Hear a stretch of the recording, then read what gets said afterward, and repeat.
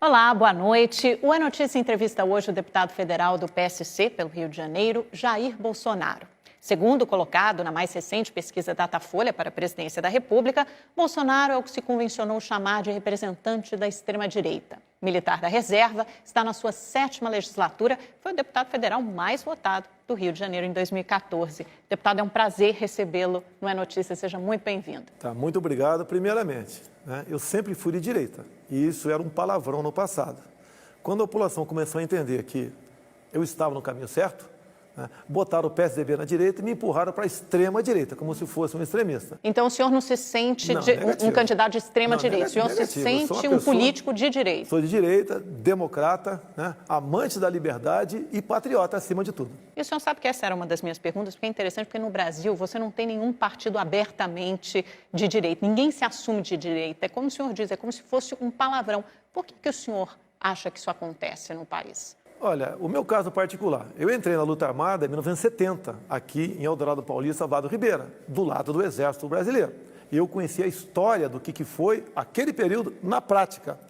E eu, ao defender, não os militares, mas a verdade, eu acabei sendo rotulado de extrema-direita, direita e outras coisas a mais. Isso incomoda o senhor, extrema-direita? Não, porque eu desafio, eu debato com a verdade. É igual ao meu voto levando o nome de Brilhante Ustra na tribuna da Câmara por ocasião do impeachment. Nós temos que conhecer a verdade. Não é porque está na Bíblia, E conhecereis a verdade vos libertará. Sem verdade, eu não posso nem ser teu amigo. Mas essa não é a sua opinião? O senhor trata como verdade indiscutível? A história, fatos concretos, não é opinião. Opinião é quando você escreve um romance ali. Quando você escreve história, como, por exemplo, o livro do próprio Brilhante Ustra, A Verdade Sufocada, você vai ver o que foi aquele período. E nós devemos ver a verdade para tomar, então, decisões para o futuro. Algumas coisas para que até não se repitam. Mas aquela é a visão dele, Se a gente for ler outros livros de história... Os livros dele são com fatos.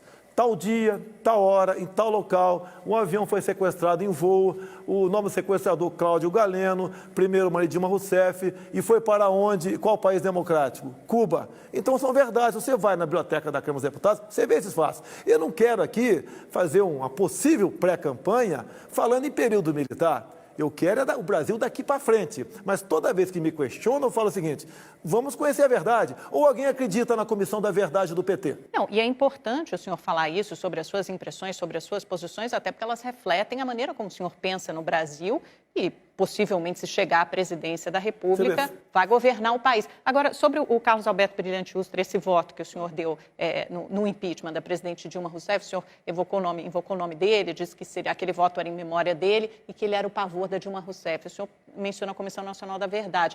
Pelo o que a Comissão Nacional da Verdade apurou, o Carlos Brilhante Ustra, que era chefe do DOI-CODE, o Centro de Repressão aqui em São Paulo, matou e torturou mais de 50 pessoas, centenas foram torturadas. Quer dizer, isso não impressiona o senhor? O senhor concorda com isso? Não é uma apologia à tortura, defender a memória dele? Ninguém defende a tortura em lugar nenhum, tá ok? Mas o Carlos Alberto Brilhante Ustra, quanto major de 70 a 74 no DOI-CODE, ele interrogou muita gente. Esse pessoal que ele interrogou fazia cursos de guerrilha em Cuba, na Coreia do Norte, na China comunista daquela época. Mas isso dava direito a ele de torturar essas pessoas? Torturar é o que eles sempre procuram se vitimizar. Até hoje existe tortura no Brasil, ou acho que não existe? Infelizmente, sempre vai existir. O senhor acha que o regime militar é melhor do que a democracia? Olha, não vamos falar melhor. A democracia é excepcional. Mas você tinha muito mais democracia naquele tempo que hoje em dia. Naquele tempo você tinha liberdade de ir e vir. Você tinha pleno emprego. Você tinha respeito para com a família. Bandido era bandido, policial era policial. Hoje em dia temos a bagunça que está aí. Não temos paz para nada. Muitos jornalistas já fizeram perfis sobre o senhor, já contaram sua história, já inclusive descreveram polêmicas, muitas nas quais o senhor se envolveu. Eu queria que o senhor dissesse quem é Jair Bolsonaro, como o senhor se vê, como o senhor se define. 62 anos de idade, criado na região mais pobre de São Paulo, Vado Ribeira, 17 anos de Exército Brasileiro, 7º mandato de deputado federal sem qualquer problema, já passei a prova de tudo quanto é coisa que acontece em Brasília, que resolveu dar algo mais para a sua pátria, com a possibilidade, se assim o partido decidir, que eu seja indicado candidato a presidente em 2018. É um projeto, é um sonho, é um desejo? Não é sonho, é um pesadelo. Ser presidente da República é pesadelo. Você sentado na cadeira presidencial. Primeiro, como você vai negociar com um parlamento como nós todos conhecemos como está aí? Você pode ver, com todo o problema pipocando, foi o mensalão, está sendo a Lava Jato, o Temer está demitindo 35 indicados de parlamentares que não votaram com ele na reforma trabalhista. Ou seja, com todos os problemas acontecendo, o pessoal indica a gente ainda para tirar algum tipo de proveito do Executivo. Parece que o que está acontecendo com a Lava Jato não está assustando. Afinal de contas, né, com as últimas decisões do Supremo, eu espero que a Lava Jato não seja sepultada pelo nosso Poder Judiciário. Mas uma coisa, então por que o senhor quer ser presidente da República se o senhor acha que é um pesadelo? Se é para fazer a mesma coisa que os outros, eu estou fora. Eu sei do tamanho da responsabilidade, do tamanho da encrenca que você vai ter pela frente. Você vai ter problemas com o Legislativo, você vai ter problema com minorias, mas nós temos tem que botar a cabeça fora da toca e começar a buscar o ponto de inflexão do nosso país, da maneira como está. Você pode ver, a economia é basicamente presa aqui ao Mercosul por questões ideológicas. Você é a questão de violência, que ninguém quer de frente peitar direitos humanos, ninguém quer, poucos falam em revogar o Estatuto de Armamento, dar posse de arma de fogo para o cidadão. Você começa a ativar a economia dessa forma. Porque hoje em dia, eu não vou comer a pizza à noite com a minha família no Rio com medo da violência. E o mesmo acontece no Brasil todo. Então... O senhor acha que isso, então, é uma forma de ativar a economia? Revogando o Estatuto de Desarmamento, as pessoas poderem ter posse de arma? Olha, os Estados Unidos só não tem fuzil quem não quer. É um país 10 vezes menos violento do que nós. O marginal só respeita o que ele teme. Se não tem o que temer, cada vez mais ele busca mais. Um país violento, tem a maior população carcerária do mundo, né, pequeno, deputado? Tem uma discussão tem que aumentar. Nós temos que acabar com a audiência de custódia, que bota qualquer bandido na rua. Tem que aumentar a população carcerária. Se você errou, você tem que pagar. Mais do que pagar, você tem que sair do convívio da sociedade, do convívio das pessoas de bem. É o contrário. Nada de direitos humanos. A política de direitos humanos no Brasil está completamente equivocada. Tanto é que eu tenho dito, se eu chegar lá, zero de recurso para ONGs que defendem direitos humanos. Se você não radicalizar nessa parte, cada vez mais nós vamos assistir inocentes morrendo por aí e a bandidagem dando risada na nossa cara. O senhor acha que esse é o principal problema do Brasil, do país, a violência? A violência é o primeiro. Todo lugar que eu vou, qualquer estado que eu tenho ido, o problema número 1 é a questão da violência. Inclusive, você pode ver, como é que você vai estimular o policial a enfrentar a bandidagem? Hoje em dia o policial tem muito mais medo do capa preta, quem vai julgá-lo, do que do bandido com uma ponto .50 em cima de um morro. O senhor não imagina que uma sociedade armada, vários estudos, especialistas de segurança apontam que isso poderia ter um efeito inverso, contrário, quer dizer, isso poderia estimular e até aumentar a violência? Eu desafio os especialistas de segurança no Brasil. Eu desafio vocês. Eu entro também. Vamos entrar numa viatura da PM do Rio de Janeiro, 2 da manhã, do centro, vamos até Santa Cruz, passando pelo Cesarão, pela 24 de maio. Eu duvido que eles tenham a coragem de entrar dentro de uma viatura. Eu queria fazer uma pergunta ao senhor sobre partidos, né? O senhor já está no seu 7º partido, está agora no PSC, mas há uma negociação, há informações que há uma negociação com um novo partido que ainda deve ser autorizado, a sua criação deve ser autorizada pelo Tribunal Superior Eleitoral, que é o Muda Brasil, né? Um partido que tem como idealizador o ex-deputado Valdemar Costa Neto, ele é como se fosse um líder oculto desse Muda Brasil. O senhor está mesmo em negociação com esse partido? Tem vontade de mudar para lá? Quando você fala em 7 partidos, né, 4 oportunidades delas, o meu partido foi fundido com outros. Então, como acabou o partido, fui para essa nova fusão. O pessoal me acusa como se tivesse no 7º casamento. Não é verdade isso aí. Tá Muita certo. gente na Câmara agora começa a tramitar um novo projeto lá dentro da Câmara, criando a cláusula de barreira. Ou seja, quem não tiver 2% dos votos no Brasil e também 2% em 14 estados, você vai ser deputada federal, mas o teu partido não tem tempo de televisão nem fundo partidário. E então, o seu partido, o PSC atual, é um partido pequeno, né? Eu me considero fora do PSC. Eu só não saio pela lei da fidelidade partidária. Você vê, se nós dois fôssemos casados, nós poderíamos partir para o divórcio agora sem problema nenhum. Agora, se eu falar que vou sair do meu partido, como que pretendo sair do PSC, eu não posso sair se eu perco o meu mandato. Agora, eu não posso estar num partido onde o presidente fez um acordo comigo antes das eleições municipais, para eu ir para lá, um partido de direita. É um partido que vai defender a família, que é um partido conservador, e em 2014 o presidente do partido vai no Maranhão e fecha coligações com o governador do PCdoB. Ou seja, não tem nada a ver um partido que tem um evangélico na frente dele fazer negociações com o PCdoB. E tem mais de um partido? Tem vários partidos que estão namorando. O Muda Brasil, o Partido Militar, o PHS, vários partidos estão namorando. Mas o senhor já está noivo de algum, não? Não, eu não posso falar em Muda Brasil, porque não é partido ainda, não tem registro no TSE. Daqui a 3, 4 meses, talvez tenha. Como é que eu posso ir para um partido que não existe? Então é uma possibilidade, porque dizem que já coletaram quase todas as assinaturas necessárias. Eu nem tenho namorada ainda, você quer que eu marque a data do casamento, tá ok? Então, assim como eu converso com o Muda Brasil, eu converso com o Partido Militar e tantos outros. Incomoda o senhor o fato de no Muda Brasil, por exemplo, esse líder, o idealizador do partido seu, Valdemar Costa Neto, que é um político condenado no Mensalão, justamente o senhor que se gaba de ter essa moral ilibada? Não, se gaba não. Tá? O senhor tem. Honestidade, para mim, é dever, não é exatamente. virtude, não. E não por é isso mesmo não incomoda o senhor? Não, olha só. Lá dentro da Câmara, qualquer partido que eu for, vai ter alguém lá que está envolvido em alguma coisa. Lá não é lugar para você achar santo, lá em Brasília. Tá? Lá pode ter tudo, menos santo. Agora, é um partido que já conversei com o Valdemar da Costa Neto. Eu converso com muita gente, tá? Com essa possibilidade. O meu limite longo, março do ano que vem, onde abre-se a grande janela. Até lá, eu só posso sair... Se for para um novo partido, a criação de um novo partido. Agora, se eu for, vamos supor, para o Muda Brasil, o partido tem que ser integralmente meu. Não pode ser apenas eu, presidente, você, minha colega, vai ser secretária, e o outro companheiro nosso vai ser o tesoureiro, por exemplo. Eu vou ser um comandante de quartel com 2 majores, a tropa toda está com eles. Quer dizer, o Valdemar não teria, por exemplo, influência no seu governo. O senhor seria... Nenhuma, não é por aí. Eu tenho que ter um partido. Se o partido for meu... Tá, okay? Eu sei basicamente quem formou o partido, quem está formando é o Valdemar. E para o partido que o senhor for, o senhor levará os seus 3 filhos, que são políticos também? Naturalmente, sim. Aqui em São Paulo, eu, Eduardo Bolsonaro, mais gente virá. Será o fim do PSC, inclusive. Isso não espelha um pouco essas antigas oligarquias nordestinas, esses clãs políticos que passam de pai para filho, cujas famílias são todas de políticos? Isso não espelha, de certa forma, essa velha política, justamente o que se quer combater? As outras oligarquias estão pai e filho denunciados em Lava Jato. Nós não temos nada. Eu, inclusive, estaria na Lava Jato se em 2014 não devolvesse 200 mil que foi depositado na minha conta via partido da JBS Friboi. Chama-se isso propina legal. Olha só, se você faz um empréstimo hoje em dia, a princípio você está com problema. Você quer pagar alguém, você quer fazer alguma coisa.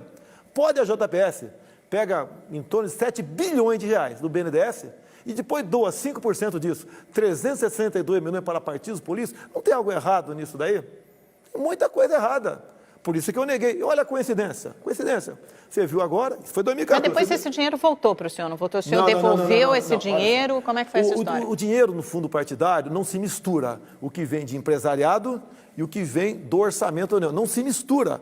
Até antes de 2014 se misturava. Não se mistura mais. Eu devolvi e falei, eu quero é do fundo partidário.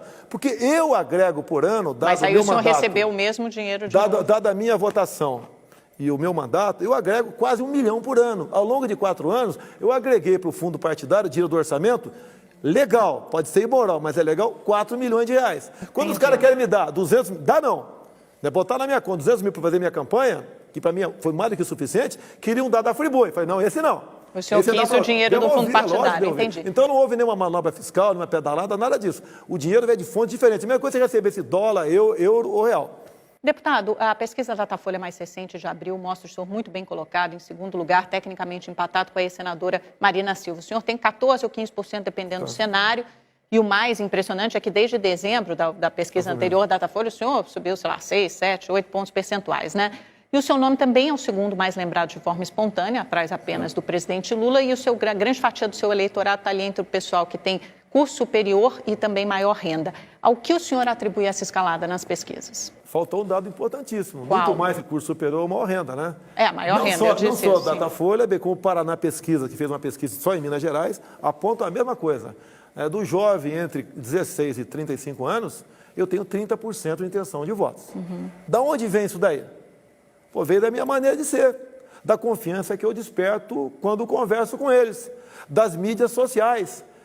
Hoje em dia, vai decidir, no meu entender, a campanha de 2018, são exatamente aqui o WhatsApp, Facebook. E o senhor tem muitos seguidores, muitos apoiadores. De graça. O senhor... Você vê, eu posso te dar uma imagem aqui do outro telefone que eu tenho, que parece que você está vendo aqui uma panela de pressão pipocando mensagem do WhatsApp para mim. Lógico que eu não tenho como responder. O senhor acha que esse eleitorado conservador está crescendo, né? A própria Datafolha já mostrava isso, né? Que 55% se encaixa nesse perfil. A garotada acreditava na perfeição hipotética do PT. Ah, você é linda, maravilhosa. Tá, ok? Se você não tem alguma coisa, a culpa é não sei de quem. A molecada está se libertando disso daí, mostrando que vai fazê-lo ser alguém no futuro é o conhecimento. E esses projetos de sociais, o pessoal caiu na real também, que em grande parte são projetos eleitoreiros. Então nós conseguimos, quando eu falo do Bolsa Família, ninguém quer acabar com o Bolsa Família, mas 1/3 do Bolsa Família é fraude. O outro 1/3 tem como reincluir no mercado de trabalho se você tiver trabalho. E outro 1/3 não tem como fugir do Bolsa Família, são pessoas que morreriam de fome. E não podemos abandonar isso. Mas fazer desses projetos plataforma política, aí está errado. Deputado, essa mesma pesquisa mostra que o senhor perderia para o ex-presidente Lula no segundo turno, né? Ele ainda está na faixa de 30% das intenções de voto. Surpreende o senhor essa força que o Lula tem ainda? Olha, eu posso falar porque eu estou andando no Brasil, diferentemente que muitas pessoas estão apenas analisando papéis pela frente. Ele tem uma força sim. E outra, essas reformas estão sendo feitas, eu votei favorável à trabalhista, a minha tendência é votar contrária à previdenciária, o PT, vai tirar proveito disso daí. Mostrando que se nós continuássemos lá, nosso PT, seria diferente. Tem um caminho, tem um discurso que abre para o PT, obviamente. Mas esse discurso, pode ter certeza, né? Hoje em dia, eu acho que quem tiver 22% está no segundo turno. Vai funcionar. Então, se o Lula fosse candidato hoje, certamente estaria no segundo turno. Eu acho que será candidato, porque uma condenação em primeira instância, ele vai recorrer, talvez não haja tempo hábil para uma segunda condenação, que seria de um colegiado, para tornar inelegível de acordo com a ficha limpa. Ponto. Então, ele tem tudo para ser. Até porque o PT acelera essas pesquisas, né? Mostra com muito entusiasmo, né? Alguns desconfiam das pesquisas no Brasil, a gente também desconfia, mas eu não tenho prova disso, é para exatamente blindar, de certa forma, o Lula para não ser preso em segunda instância até 2018. O senhor acha que seria bom para a democracia se ele fosse candidato? O senhor gostaria de participar dessa disputa com o Lula? Não, mas olha só, o que o Lula tem dito o tempo todo? Pergunta qualquer coisa, eu não sei, é de um amigo meu. Ele passou 8 anos lá, não sabe da roubalheira da Petrobras. Eu posso falar que eu estava no Partido Progressista. Foi aberta, escancarada as portas da Petrobras no meu partido. E o senhor Paulo Roberto Costa foi indicado pelo meu partido. E muitos correligionários seus são investigados. Não, olha só. Do PP, né? O PP é um dos partidos envolvidos. Eu fui citado no Mensalão pelo Joaquim Barbosa. A imprensa não falou nada. O Joaquim Barbosa fez um trabalho excepcional. Ele viu a época que saiu os dinheiros, levou em conta as datas das votações importantes e viu quem votou sim, quem votou não. E ele, no relatório dele, na ação penal 470, o deputado Jair Bolsonaro foi o único da base, aliado do governo, que não foi comprado pelo PT. Eu sei o que está acontecendo. Alguns falam, por que não denunciou? Vou denunciar como? Se eu não tenho provas, não tenho nada fotografado. É a mesma coisa, eu fui citado por Alberto Youssef e a imprensa não fala nada, exceto aí, não, nenhum jornal falou nada. Eu fui citado por Alberto Youssef, como um dos 3 parlamentares que não pegou dinheiro na Petrobras. Isso não é virtude, a gente sabe o que está acontecendo. E o caso da JBS Friboi também. Eu sabia, eu não sou tão bonito assim para a JBS pegar 7 bilhões emprestados, e daí? Então, eu quero dar uma dica para o pessoal de Curitiba, eles devem ter essa dica já, mas quem sou eu, né? Sabe muito lá. Pega o pessoal que pegou empréstimo do BNDES, não o coitado do miserável, né, que pegou lá, uma merreca lá. Quem pegou ali centenas de milhões para cima, pode ter certeza. Na maioria das vezes, né, uma parte dessa grana foi depositada lá fora em paraíso fiscal, ou foi dado em caixa 2 para partidos políticos, ou, o que é mais fácil, foi dado para partido em forma de caixão, doação. Você vai pegar empréstimo. Você, por exemplo, está passando situação difícil. Pega 10 mil reais emprestado no banco e vai me dar 2 mil para a minha campanha, tem uma coisa errada aí. Está na cara que o que a JBS fez, pelo que tudo indica, pegou essa grana, pagou partidos, na certeza da impunidade, mas na certeza de não pagar o BNDES um dia. Pode ser que eu esteja equivocado, mas o que leva a crer é isso. Deputado, vou pedir licença para o senhor um minutinho, nós vamos para um rápido intervalo. Voltamos em seguida para falar mais sobre 2018 e muitas outras questões com o deputado Jair Bolsonaro. É só um minutinho, voltamos já.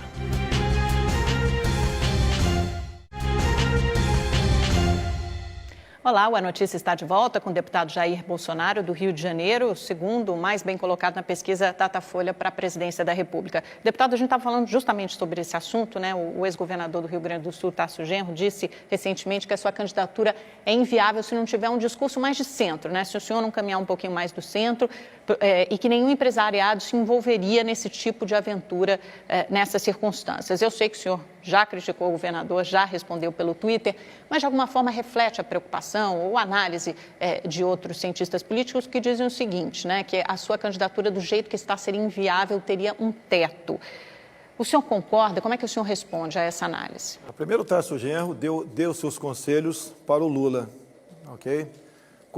No tocante aos especialistas, o meu teto é o teto do Palácio do Planalto. Eu não tenho ambição, não é uma obsessão essa, talvez, candidatura minha. Se ela vier a acontecer, eu entendo como sendo uma missão de Deus. Sei que a carga é pesadíssima, mas Ele não nos dá uma carga que nós não possamos carregar. Vai ser assim. Eu estou sozinho, me aponte um prefeito que está comigo, um governador, um ministro, não tem ninguém. Eu já tive 2 vezes com o empresário. Não é preciso fazer alianças para se candidatar para governar? Eu não estou fugindo. Eu não estou fugindo deles. Eu já tive com o empresariado aqui, já tive com a cúpula do agronegócio em Primavera do Leste, em Goiânia. Eu estou andando pelo Brasil todo, né? Não fazendo campanha, mas mostrando que o Brasil tem jeito. Agora, questão de aliança. Eu faço aliança com quem estiver no peito o coração verde e amarelo. Eu não estou aqui em causa própria. A vida de parlamentar é muito boa. Eu tenho um bom salário, tenho alguns privilégios. Não, se você quiser, você não tem responsabilidade nenhuma. É que aquilo na política, talvez da diplomacia, né, deputado? Porque o senhor é um homem que desperta sempre paixões, né? O amor ou o ódio, né? Nesse sentido, caminhar um pouco mais para o centro, justamente talvez para ganhar, expandir o seu potencial de eleitorado, é uma estratégia que lhe vem à mente ou não? O senhor vai manter as mesmas posições? Eu quero que o empresariado busque na Constituição a emenda constitucional 81. Se vocês querem que essa emenda, que já está em vigor, continue, vote em alguém que tenha um perfil ideológico diferente do meu. O que diz a emenda Constitucional 81? Diz que aquele proprietário rural ou urbano que pratique o trabalho escravo terá sua propriedade expropriada. Alguém deve estar pensando, pô, o cara é a favor do trabalho escravo. Não. As interpretações de parte do judiciário aparelhada interpreta como que trabalho análogo à escravidão também é trabalho escravo. Tanto é que a pressão de entidades de direitos humanos para mostrar a lista suja do trabalho escravo, que está incluído o análogo à escravidão. O que é análogo à escravidão? Eu acho que cada 1000 pessoas que eu perguntar, talvez uma responda o que é. E eu confesso que só fiquei sabendo depois que fui procurar também, que também não sabia. O que é análise de escravidão? Você, por exemplo, esse prédio aqui, uma empresa tua, enorme, um funcionário pede para você para dormir aqui porque está com problemas de dinheiro, de passagem, é muito longe de violência. Você com um coração enorme, pode dormir. O cara bota um colchão no chão e dorme ali. Chega a fiscalização do Ministério do Trabalho. Colchão no chão. Trabalho, análise de escravidão. Toda a sua empresa, com tudo que está aqui dentro, vai ser expropriada. Vai, no caso aqui, para a reforma do pessoal sem teto. O governo do PT foi se aparelhando com legislações para ele extinguir a propriedade privada. Você conhece alguém, um petista, talvez você conheça até, mas é quase impossível. Algum petista que tenha sido empresário, comerciante, agricultor? Não tem. Eles vêm ou de movimento sindical ou da ociosidade, da mentira. E com esse pessoal tem pavor à propriedade privada. Deputado, o Ministério Público Federal do Rio de Janeiro denunciou o senhor recentemente por uma palestra que o senhor fez no Clube Hebraica, né, no Rio. O senhor disse textualmente que visitou uma comunidade quilombola e lá o afrodescendente mais leve, eu cito, pesava 7 arrobas. Nem para procriador o senhor acha que ele servia mais. O senhor não acha que comparar negros e índios a animais é ofensivo, é desumano, é humilhante? Quando o senhor fala 7 arrobas, não é uma medida que se usa para pesar animais? Podia falar 1/8 de toneladas? Qual o problema? Medidas de peso. Mas o senhor usaria... Não, tem nada a ver. O senhor usaria essa mesma expressão? Não, entre nós homens, a gente chega a ver para um cara meio gordinho e fala, pô, malandro, você está pesando aí 200 quilos, não serve nem para fazer aquilo. É comum entre nós. E, olha só, o que eu quero das comunidades quilombolas é que ela tenha independência. Você vai em comunidade quilombola, onde os negros estão lá dentro, são escravos de outros. As verbas que entram, é tudo alguém que administra. Você vai em quilombola, por exemplo, da Paraíba, são 57, se não me engano, lá. Você, naquela área física delimitada, o quilombola, ele pode, por exemplo, tirar ouro com bateia, mas não pode mecanizar. Na fazenda vizinha, que não tem nada a ver com quilombola, o cara pode mecanizar. Então nós queremos dar liberdade. E muitas vezes o quilombola, ele ao se demarcar a terra, ele arrenda para terceiros. O meu sonho é transformar o quilombola em quilombuts, a exemplo dos kibbutz de Israel. Essa que tem que ser a ideia. Agora, se eu fui infeliz, paciência. Agora, achar que eu estou sendo racista por falar que um afrodescendente pesa 7 arroba, pelo amor de Deus, aí é o fim da picada. Eles querem o quê? Eles querem o quê? Não posso falar mais nada nesse país? Qual o problema? O fato é que o senhor é um homem de declarações polêmicas, né, deputado? Eu tenho imunidade para falar. Se hoje em dia um parlamentar quiser pregar a volta da escravidão, ele pode falar. Está no artigo 53 da Constituição. É um maluco? É um maluco, mas ele pode falar. Nós somos invioláveis por quaisquer, olha só, quaisquer palavras, opiniões e vozes. Porque eu vou ser o primeiro deputado processado por palavras. Eu tenho imunidade para isso. Quem acha que eu estou maluco? Não vote em mim no futuro, sem problema nenhum. Agora, o que eu não quero é que o afrodescendente continue sendo escravizado dentro da sua terra, por outros negros que estão lá dentro, inclusive. Essa é a grande realidade. Uma outra declaração sua que repercutiu muito nas redes sociais, né? O senhor tem 5 filhos, são 4 homens e uma mais novinha é uma menina, é uma mulher, né? E o senhor disse que no final, que teve 4 homens e que no final deu uma fraquejada, veio uma mulher. Isso foi considerada também uma declaração discriminatória contra as mulheres, misógina. Eu amo a minha filha. É muito comum os homens falar o seguinte, né? O elemento tem, no meu caso, depois de 4 homens, muitos chegaram para mim. De consumidor se passou a ser fornecedor. É uma brincadeira. A gente não pode brincar. Hoje eu brinquei também com baianos. Pô, já tive problemas. Eu vou repetir aqui porque já tive problemas. Eu falei, por que é vantajoso comprar um carro na Bahia? Brincadeira. Porque já vem com o freio de mão puxado. Pronto. Ou tá ofendendo os baianos. Quando a gente brinca com o gaúcho, por exemplo, gaúcho macho, né? Eu brinquei também com o cearense, porque meu sogro é cearense. Eu falei, em quantas partes divide o corpo humano? O cara falou 3. Eu falei, não, no Ceará são 4. Cabeça, pescoço, tronco e membros. A gente não pode brincar mais. A gente não pode brincar mais. Isso não quer dizer que o senhor prefere ter filhos homens do que mulheres, por exemplo? Eu não encomendei, eu acho que não tem ainda, a ciência não permite, não você ter 100%, vai ser homem, ser mulher. É natural a maioria dos homens torcer por homens, é natural. Mas quando vem uma mulher, até eu falei depois, né? Me derreteu o coração, que é uma diferença grande, filho, homem e mulher. Tive 4 homens.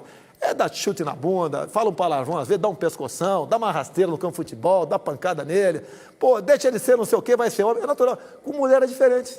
Pô, eu chego em casa, abraço minha filha, pô, eu me derreto. Agora não posso brincar mais, dei uma fraquejada, qual o problema? Agora, algumas declarações suas que foram consideradas contra os gays acabaram resultando em ações penais e até em condenações com indenizações. Eu vou só citar algumas das declarações que o senhor fez, relembrar algumas.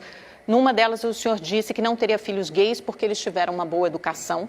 Em outra, num debate em 2010, o senhor disse que o filho começa a ficar assim, meio gayzinho, leva um couro e muda o comportamento dele. Em outra entrevista, o senhor disse, não vou dar uma de hipócrita aqui. Prefiro que um filho meu morra num acidente do que apareça com um bigodudo por aí. Para mim, ele vai ter morrido mesmo. O senhor se considera homofóbico? Muito obrigado pelas perguntas, apesar de ter cansado de respondê-las. Quem faz a pauta são vocês, tá ok? A minha briga, tudo que aconteceu, isso daí, bala perdida. Foi em defesa da inocência das criancinhas em sala de aula. Eu descobri em novembro de 2010 um projeto do PT que está sendo discutido na Comissão de Direitos Humanos na Câmara, onde eu tive acesso depois, não só à audiência pública, 6 horas, do material que seria distribuído para criancinhas de 6 anos de idade, filho de pobre, porque é para a escola pública. Ou seja, para combater a homofobia, eles iam botar para a criancinha assistir filmes de 2 mulheres se beijando, filhos, ia botar homens se acariciando. Isso é forma de combater a homofobia? A maioria dos gays são contra isso. Eu costumo dizer sempre, né? Um pai, ou a maioria dos pais, prefere chegar em casa, encontrar o filho com o braço quebrado, por estar jogando futebol, ou por ter jogado futebol, do que brincando de boneca, por influência da escola. Agora, o grande propósito do PT, se você for no site Humaniza Redes, eles queriam, como querem ainda, eles estão fora do poder agora, era legalizar a pedofilia. Essa é a intenção deles. Se você começa a estimular precocemente criancinhas ao sexo, o que vai fazer? Hoje em dia, ainda, né, se uma criancinha de 6, 7 anos ou 8, alguém na escola mexe com ela, passa a mão nas suas partes íntimas, ela conta para o papai e para a mamãe.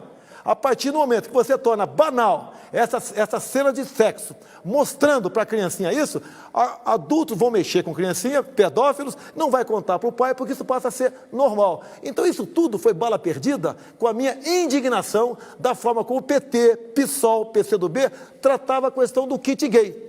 Eu não quero isso para minha filha de 6 anos de idade. E repito, não tente fazer isso na escola dela, que eu não vou para a justiça não, a gente vai resolver pessoalmente essa parada aí. Não é dessa forma que nós vamos combater tal da homofobia, não é por aí.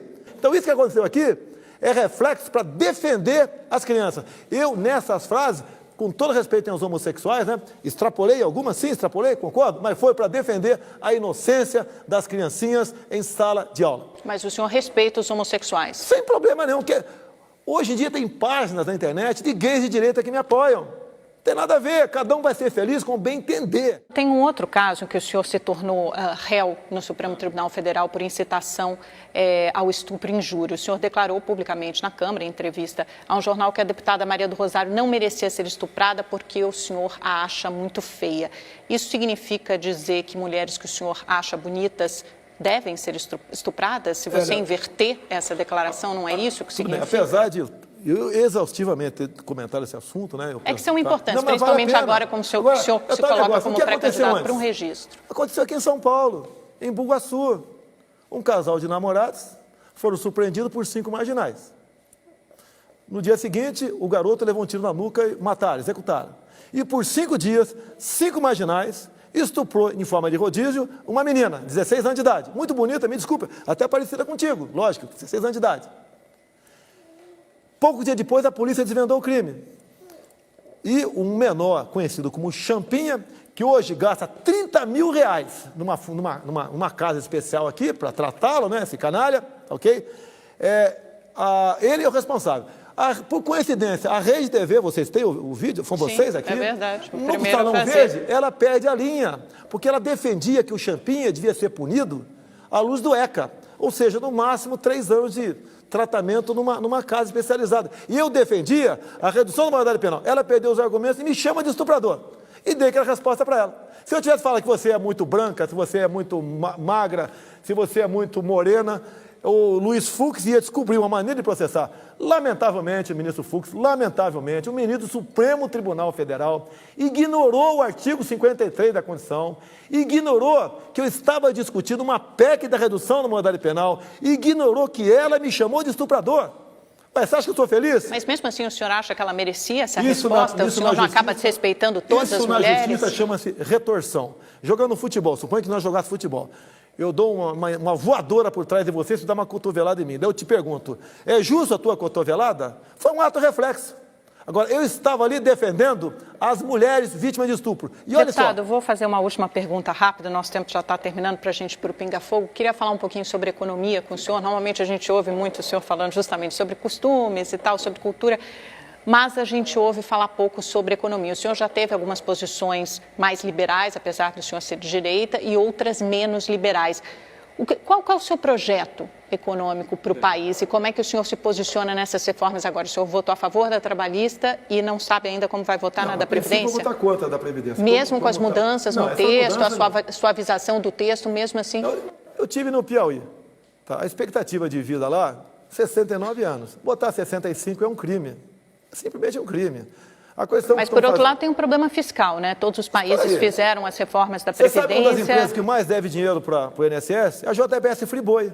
Como é que eles doam 362 milhões para campanhas políticas? Vamos atacar essa fraude. Tá, esse exemplo que eu estou dando aqui, claro. Pô, foi para dar para campanhas políticas, troca de quê? Para aumentar mais o nosso rombo fiscal ainda? Temos muita aposentadoria fraudulenta. Vamos atacar isso daí. Vamos atacar o tal dos privilégios. Vamos acabar com as incorporações, que existe muito ainda, em especial no Legislativo e no Judiciário. E outra coisa, vamos passar agora, por exemplo, é para mulher, como regra, né?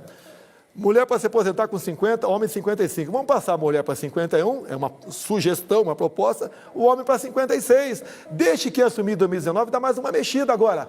Quem quer mexer, tem que ter autoridade. Lamentavelmente, esse governo aí, ele é legítimo, nada contra o Temer chegar lá através do impeachment, nada contra, mas Ele está com o ministério todo citado Lava Jato, e ele também. E quer pedir sacrifício em troca de quê? Da forma como está aí, dada a credibilidade que nós parlamentares temos.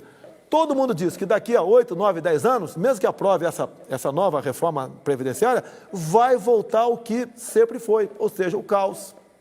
Agora, economia é segurança. Quais são as suas saídas para a economia do país? O que o senhor propõe? Se livrar das amarras do Mercosul, partir para o bilateralismo, como o Trump fez, numa canetada. Foi decreto que não havia sido ainda homologado, né? Ele acabou com o Tratado Transpacífico, falou que quer fazer parcerias com o mundo todo, é que nós devemos fazer. Eu gostaria muito de negociar com o governo americano a exploração de minérios nas aldeias Raposa, Serra do Sol e Yanomami. Dá para botar na cabeça de alguém? São reservas indígenas. Qual é o problema de reserva indígena? Eu quero o índio integrado à sociedade, não é que a gente vai abandonar o índio. O índio americano não pega a royalty dos cassinos, por que o nosso não pode pegar de exploração de minério ou de energia gerada naquela região? Roraima é um estado riquíssimo, fadado a viver na miséria, dada a política ambiental completamente equivocada e dada a política indigenista. É a mesma coisa. Você não pode fazer uma represa no Rio Cotingo para dar energia para Roraima. Apesar da topografia de permitir fazer 3. Uma só daria conta de Roraima e ainda sobraria. Não pode por questão indígena. E o índio não quer. Eu conversei com muito índio lá que fala a nossa língua muito bem, foi casado com brancos, né? E estou em favela em Roraima. Ele quer energia elétrica, ele quer um dentista para arrancar o toco da boca dele, ele quer um lombrigueiro, ele quer uma televisão, ele quer internet, ele quer jogar bola. Ele não quer viver como um animal no zoológico, coisa que é pregada pela FUNAI e ONGs indigenistas, com o próprio CIMI. Eles querem isso. Agora, como é que você vai conseguir fazer uma hidrelétrica lá, você presidente? Não vai fazer. Porque se você diminuir 1 metro quadrado da reserva indígena, o primeiro mundo levanta barreiras comerciais contra você.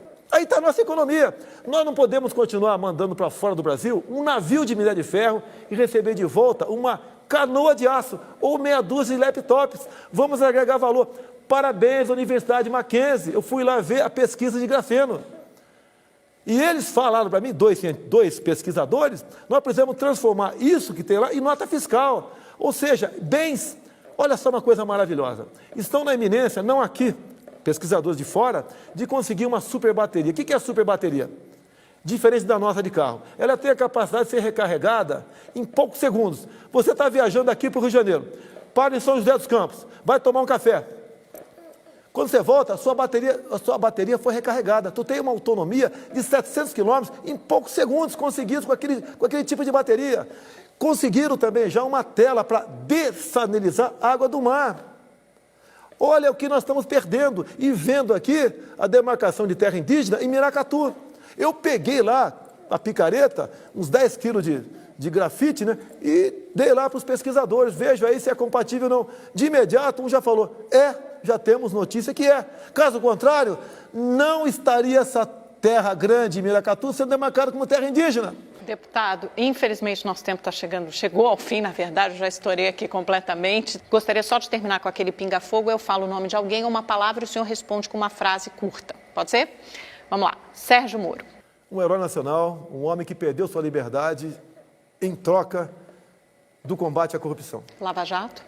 Essencial, tem que ir até o fim. Supremo Tribunal Federal, por favor, tá? Não atrapalhe a Lava Jato. Donald Trump. Antes das eleições, eu já o admirava, agora mais ainda. Marina. Ô Marina, o mundo não é a perereca nem o mico-leão dourado. Ciro Gomes. Tem uma bagagem cultural muito grande. E que Deus nos abençoe para que viemos escolher o melhor candidato em 2018. Aécio Neves. Perdeu o bonde da história. Peladeiro comigo, lá atrás, quando ele não era ninguém. Depois o pessoal da pelada o elegeu presidente da Câmara e, lamentavelmente, ao longo do caminho, se perdeu. Alckmin. É um grande administrador.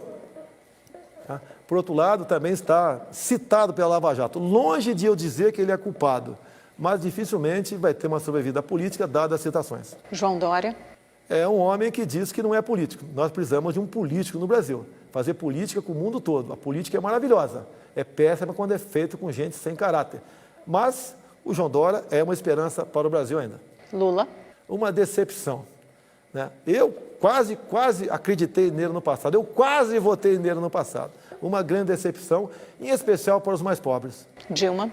Uma guerrilheira, uma dissimulada, uma mulher que participou de mortes no Brasil aqui, integrando grupos terroristas, E basta você ver o que um dos seus ex-maridos diz num programa de televisão, onde diz ele que passava parte da lua de mel roubando caminhão de carga na Baixada Fluminense.